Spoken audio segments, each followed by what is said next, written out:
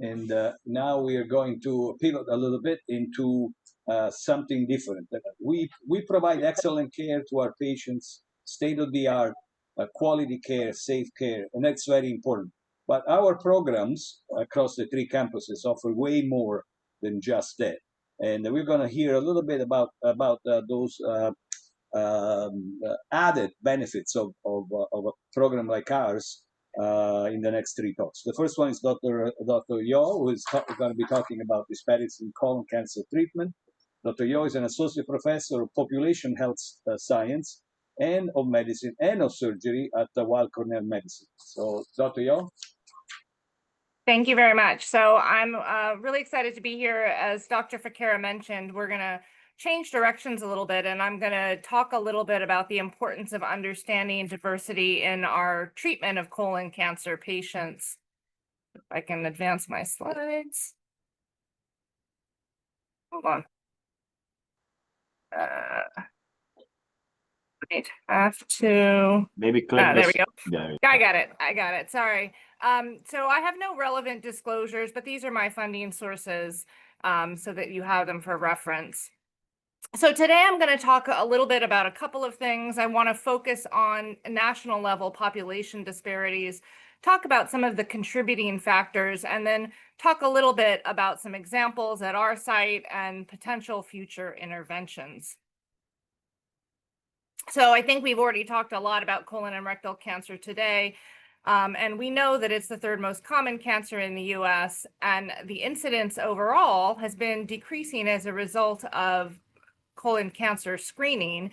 However, we know that this has not been decreasing proportionally, and we know that the incidence and mortality are highest in American Indian and non-Hispanic Black. So you just see the figure that's here, and just to understand that overall incidence is not equal, and I'm going to kind of go through some of those details. So when we look at the risk of being diagnosed with colon cancer, based on race and ethnicity, we see that there are varying curves and lines. And you actually note here on this figure that it's actually early in the age group that we start to see a split for the non-Hispanic Black and the non-Hispanic American Indian, where the rates rise higher in younger patients. When we look at age-adjusted rates, you see that, again, for these two groups, the non-Hispanic Black and the non-Hispanic American Indian, the rates are higher. Even though they've improved overall, they still remain higher than in the white and non-Hispanic white. When you look at age-adjusted rates for rectal cancer, we actually see that non-Hispanic Black has started to equal the other races. The only one that's still really an outlier is Native American Indian and Alaskan Natives. And this is these are data that our group published out of the SEER registry. Looking at the age-adjusted mortality rate, though, we still see continued disparities, again, for the non-Hispanic Black and the non-Hispanic American Indian.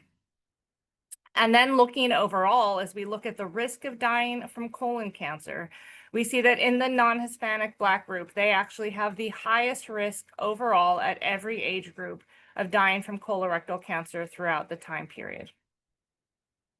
Looking at the stage for stage association, we see both in early stage, and then the next figure I'm going to show you is late stage. The highest rate of cumulative incidence of death is, again, in the non-Hispanic Black and American Indian non-Hispanic. But racial disparities are not just in the incidence and in the outcome. We also see that there are treatment differences. And in fact, when we've looked at data, we've seen that Black patients are significantly more likely to not receive guideline concordant care for both colon and rectal cancer. Looking at the entire spectrum of treatment, from staging, timing, access to minimally invasive therapies, as well as post-surgical outcomes, access to chemotherapy, and the cumulative incidence of death, we see that Compared to non-Hispanic white patients, based on race, Black have the worst outcomes, but there are disparities across all different ethnic groups. So let's talk a little bit about the contributing factors. There are multiple barriers to care, many of which we're familiar with: lack of insurance, poor patient and provider communication, issues with cost and insurance, and differential perceptions of risk, as well as lack of trust. Our group has looked at some of these different factors, and I'm going to talk through some of them here. So, socioeconomic factors. We know that Black patients are less likely to have engagement with cancer screening. They're more likely to have a lack of health insurance and worry about concerns for high costs. And they're also have lower rates of initiation and receipt of chemotherapy. All of these outcomes are associated, all of these underlying problems are associated with worse outcomes. There are other factors that are at play. However, what we do find is that socioeconomic status and insurance status can explain a significant amount of patient level disparities. And in one study where they looked at Hispanic and non-Hispanic survivors of rectal cancer, after adjusting for socioeconomic status and insurance, they saw very little difference. However, we know that even after adjusting in some different races, particularly in African American and Black individuals, even after adjustment, there are significant differences in outcome. We've already talked a little bit about patient factors, but there are data showing that unfortunately, many providers don't know that there are differences in racial outcomes, and as a result, may not necessarily know the different screening guidelines. The guidelines changed about a decade ago to decrease to adults over 45. However, there also are higher rates, as mentioned, in African Americans, and so they should have a higher level of screening. The lack of provider knowledge at many places has led to screening delays, and that does in turn lead to worsening outcomes. So there are disparities, but the question is, what can we use to fix them, and what other tools do we have to move this forward? So I'm going to talk through a few case examples. I'm actually going to very quickly screen through the first one here because it's a study that was done with our group and Dr. Chow, and I think he's probably going to talk about that. And then I'm going to talk about some of the other work that we've done.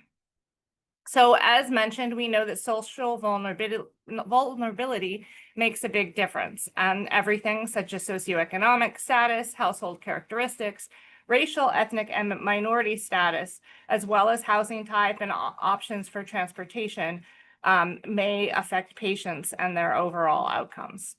So I'm not going to go through this slide to detail, but the Queen's Group has done some very important work looking at helping increase patients' access to services and whether or not that improved outcomes. And I think Dr. Chow will talk to you about the results of that study. We are now working on a couple of different studies. One of the studies that we're working on, this is a project done with one of our residents recently. So we've actually pulled all of the data from colonoscopies throughout our NYP system, and we're looking at all individuals who had the potential to be screened, met criteria guidelines, so 45 and up for their first screening colonoscopy. We're looking at the individuals who are not getting screened, so those who were eligible and got a prescription or a recommendation for a colonoscopy. We're trying to understand why they're not currently getting screened, and then we're thinking about what we can do for potential interventions. So we know, for example, that there are over 400 practice types that refer to colonoscopies or for colonoscopy screening at New York Presbyterian. So we're trying to figure out who's going to be most successful and why. There are multiple potential interventions. We plan to, once we identify these patients who have not had screening and some who have, we can try and figure out what factors make it easier and what factors might make it harder for individuals to get to their screening scopes. Other data in the literature have shown that potentially digital reminders, AI translation of instruction, targeted materials, or referral tracking might help to increase outcomes. So the other thing that I'll mention here for the group is that we also know that older adults have significantly worse outcomes traditionally. Many of them are at high risk for frailty. Our group has started a geriatric surgical screening program that is funded through some charitable donations, as well as an organization called the Samuels Foundation. So if anyone here would like to hear more about that, I'm certainly happy, or if you want to refer a patient, you can send me an Epic message about any potential candidates. So these are older adults. For our particular purposes, it's adults 75 years and older with 2 or more comorbidities that we'll consider. So again, there are national major population disparities, multiple contributing factors, and I'm really excited to be at an organization where we focus on developing and creating new interventions. And I'm a super fast talker, so I'm done early and happy to take questions. Great, thank you very much. That was very informative. I know what you meant by referring those frail patients to you, because I've been doing that, but can you elaborate so people are yeah, so aware? Yeah. So we're actually, as mentioned, we're in the pilot process of our program. We're starting in colorectal, and we hope to expand to other groups such as vascular and transplant. But what we have is a very unique collaboration with our geriatric services here, and this is open to any of the campuses. Our geriatricians can do video visits to help optimize the patients. If the patient needs medical clearance, we will actually need to see them in person. But we have, as part of our funding, we're going to be soon hiring a patient navigator.